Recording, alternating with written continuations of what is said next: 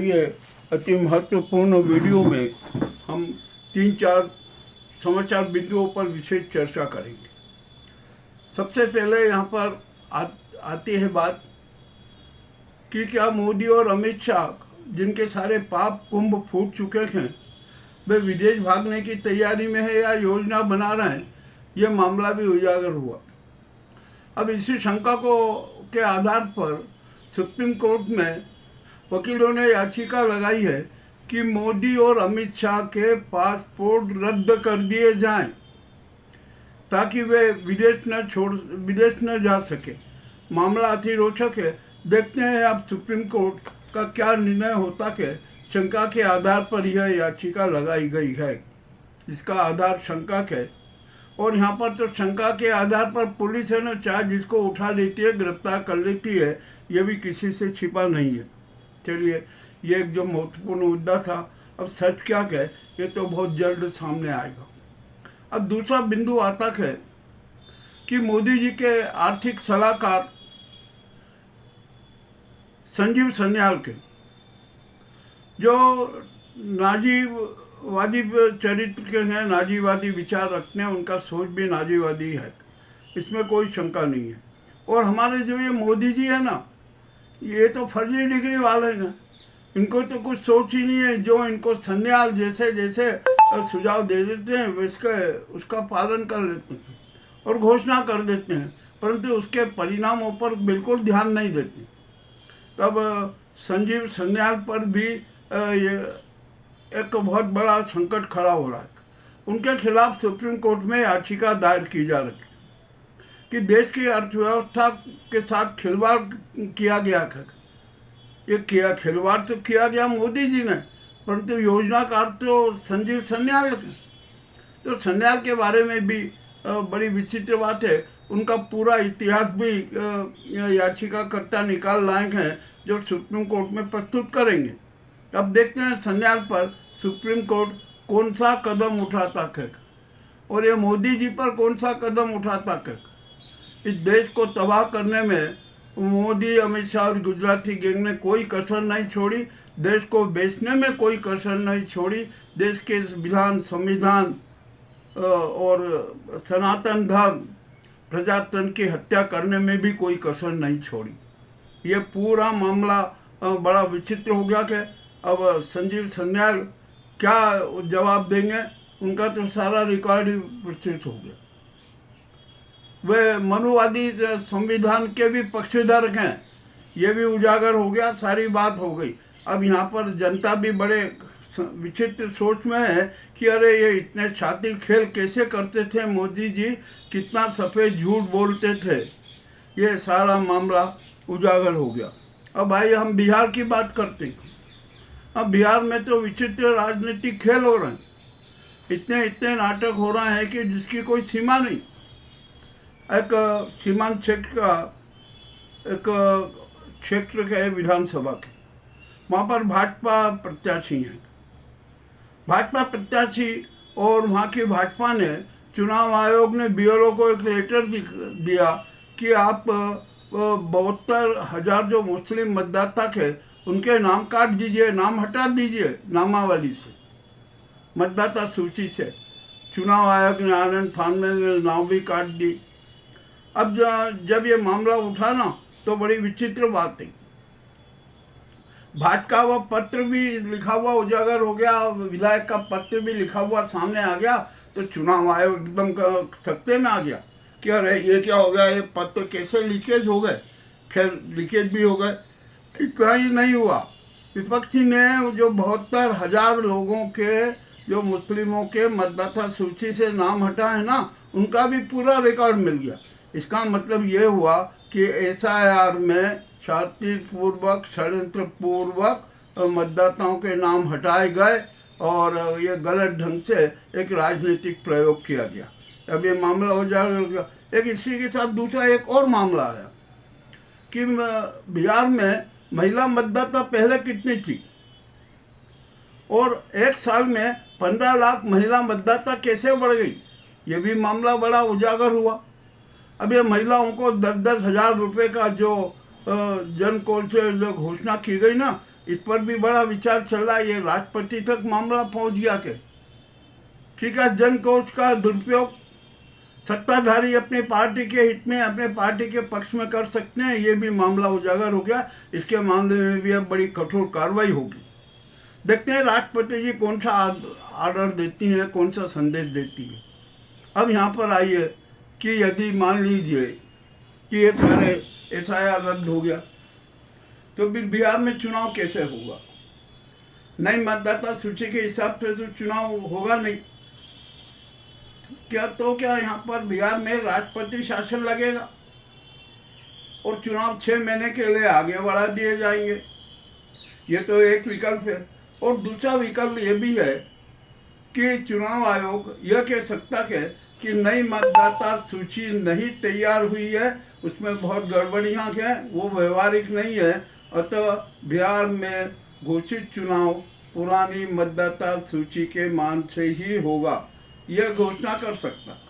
ये दोनों विकल्प हमने सामने प्रस्तुत किए हैं कि आखिरकार क्या है क्या नहीं है, ये तो अब चुनाव आयोग को करना। अब देखते हैं क्या होता है, राष्ट्रपति जी क्या करती हैं, चुनाव आयोग क्या करता है, वहाँ के राजनीतिक दल क्या करते हैं, ये सारा देखना। अब यहाँ पर तो बहुत ही संकट हो गया। बिहार चुनाव है ना, तो संकट बन गया, भाजपा के लिए भी संकट बन गया, नीतीश कुमार के लिए भी संकट बन गया, और विपक्षी दल तो आराम से मजे ले रहा, वो तो सब कर रहा है। अब इसके अलावा एक और बड़ी महत्वपूर्ण सूचना आपको दूँ कि शनिवार को यानी आज कल भाजपा की पोल खोल में मीटिंग होने वाली थी, मताधिकार की मीटिंग होने वाली थी। एक पत्रकार भवन में कार्यक्रम था जिसका सब कुछ विधिवत, उसको अलॉटमेंट भी हुआ था, परमिशन भी थी, सब कुछ था, परंतु 18 घंटे पूर्व वो परमिशन निरस्त कर दी गई। क्यों निरस्त कर दी गई? क्योंकि उसमें मोदी जी के सारे कांड उजागर हो जाते, इसलिए वो निरस्त कर दी गई। आपने कर दी, कोई दिक्कत नहीं है, तथ्य थोड़ी छुपता है, सत्य कभी मरता नहीं है, झूठ मर जाती है, सत्य तो सदा जिंदा रहता है, वो और किस रूप में प्रकट हो जाता है किसी को पता नहीं। अब यहाँ पर उत्तर प्रदेश में जब इनकी अपनी नाजी और गुजराती गैंग की हालत खस्ता नजर आई ना भाजपा की, तो इन्होंने एक नई चाल चली। मायावती उत्तर प्रदेश को 5 हिस्सों में खंडित करना चाहती, बांटना चाहती थी। अब इसलिए नाजी गुजराती गैंग ने कहा कि नहीं, उत्तर प्रदेश को 5 भागों में नहीं 3 भागों में विभक्त कर दो, और उसमें भी अपने अपने हिसाब से उसमें एरिया शरीक कर दो। ये भी एक शातिर षड्यंत्र रचने वाला है, शातिर षड्यंत्र रचा जा रहा है, इसकी भी हम अग्रिम सूचना जनता को देंगे। तो अब क्या यूपी का विभाजन होगा, ये भी बात करूँगा। और एक सबसे बड़ी आज बड़ी विचित्र बात है ये कि आई लव मोहम्मद के नाम पर जो इन चिंटूवादियों ने, जो सांप्रदायिकतावादियों ने, मनोवादियों ने जो नाटक किए ना, उस पर बड़ा संकट खड़ा हो गया।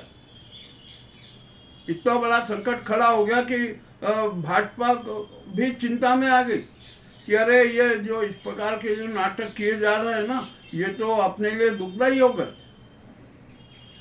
और जिस प्रकार से आई लव मोहम्मद का प्रदर्शन करने वाले, अपनी अभिव्यक्ति की प्रस्तुति करने वालों के साथ जो व्यवहार हुआ ना, उसकी भी निंदा हो रही है।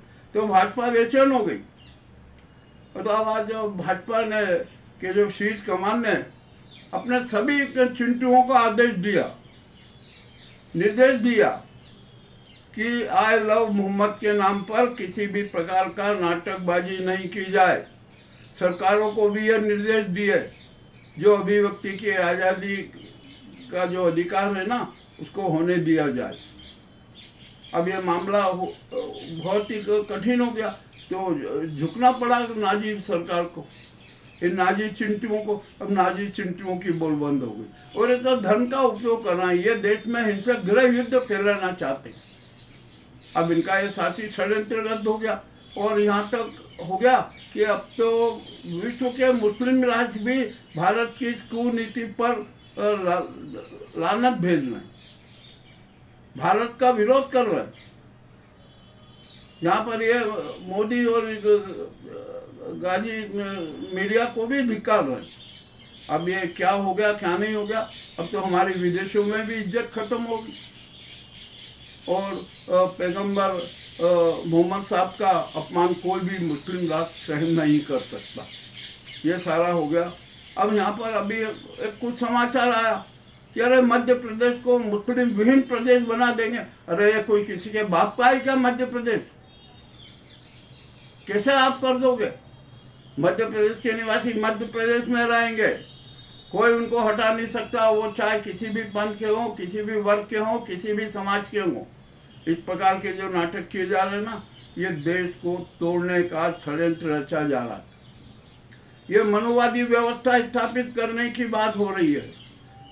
ये संविधान के दुश्मन है, मानवता के दुश्मन है, न्याय विधा के दुश्मन है, संविधान के दुश्मन है, कानून के दुश्मन है, संविधान के दुश्मन है और मानवीय मूल्यों और राष्ट्रीय एकता के दुश्मन हैं।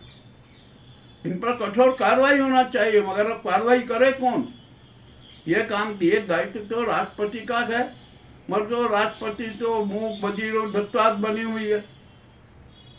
वो तो ऐसा नाजी गुजराती गैंग की हाथों की कठपुतली बनी हुई है। जनता उनसे कह रही है कि आप सक्रिय हो जाइए, छोड़ दीजिए ये सारे नाटकबाजी और देश में राष्ट्रपति शासन लागू कर दीजिए। किंतु राष्ट्रपति को ध्यान ही नहीं दे रहे, समझ ही नहीं। वो जनादेश का उल्लंघन कर रही है। वे अपना राष्ट्र धर्म, जन धर्म, प्रजातांत्रिक धर्म, सनातन धर्म नहीं निभा रही है। यह मामला बड़ा विचित्र है ना। तो हमारे देश की अखंडता, एकता को खतरा पैदा हो गया, सांप्रदायिक सद्भाव को खतरा पैदा हो गया। और इतने गंभीर स्थिति में राष्ट्रपति का मौन रहना, धतराष्ट्र रहना भी उचित नहीं माना जा सकता। अब तो जनता उससे त्यागपत्र की मांग कर रही है। आखिरकार ये हो क्या रहा है इस देश में? अब यहाँ पर इन सारी समस्याओं का एक ही समाधान आता है, यह कि देश में राष्ट्रपति शासन लागू हो जाए और राष्ट्र का संचालन अब सेना करे।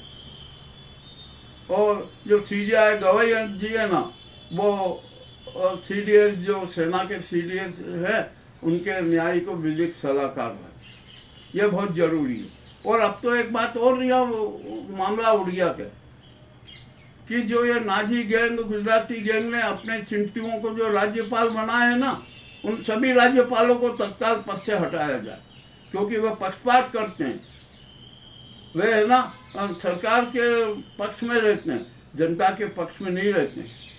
उनका एक ही मकसद रहता है कि किसी भी तरीके से नाजीवादी सरकार को, उसकी नीतियों को लागू किया जाए।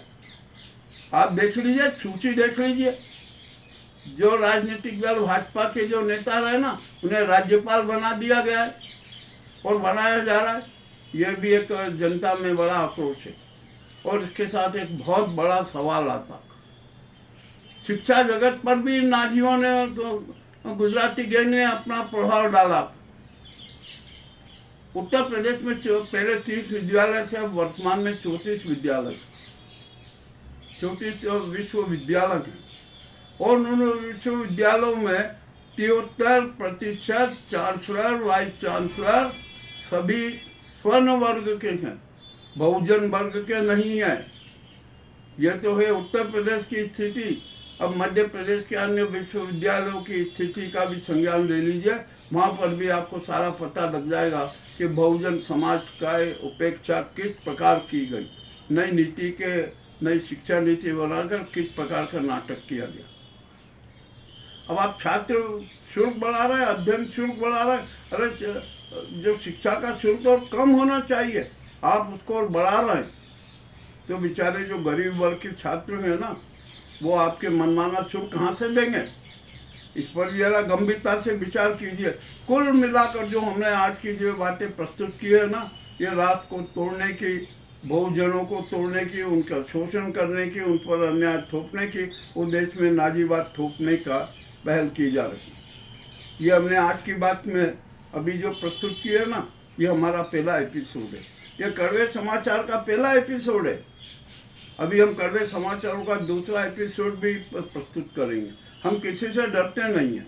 हम सच के पक्षधर हैं, सच सबके सामने रखते हैं। और हम किसी से ये भी याचना नहीं करते कि आप हमारे चैनल को सब्सक्राइब कीजिए, लाइक कीजिए, नहीं। हम सिर्फ एक ही अनुरोध करते हैं कि आप हमारे साथ भावनात्मक रूप से जुड़े रहें।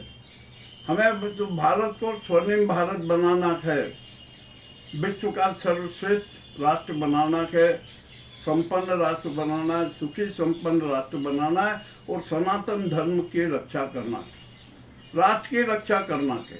और जो राजनीति और धर्म के पंडे और गुंडे जो देश के दुश्मन बने हुए हैं ना, इन दरिंदों का, इन छाती शिकारियों का अंतिम संस्कार करना। यह आज की हमारी प्रस्तुति कैसी लगी हमें अवश्य बताएं। बहुत बहुत धन्यवाद।